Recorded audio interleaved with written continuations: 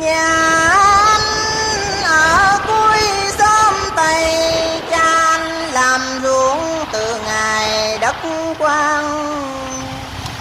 Thương em chung cảnh cơ hàng ngày qua tháng lại tình thâm nặng tình. Cuộc sống đơn sơ như số phận của đôi mình. Em 18 tuổi mà chưa một lần may áo mới. Anh 20 rồi da tạm nắng đồng khô. Mẹ dạy em làm thân con gái phải giữ gìn ít hành dễ thương. Tìm một mai hai đứa được chút.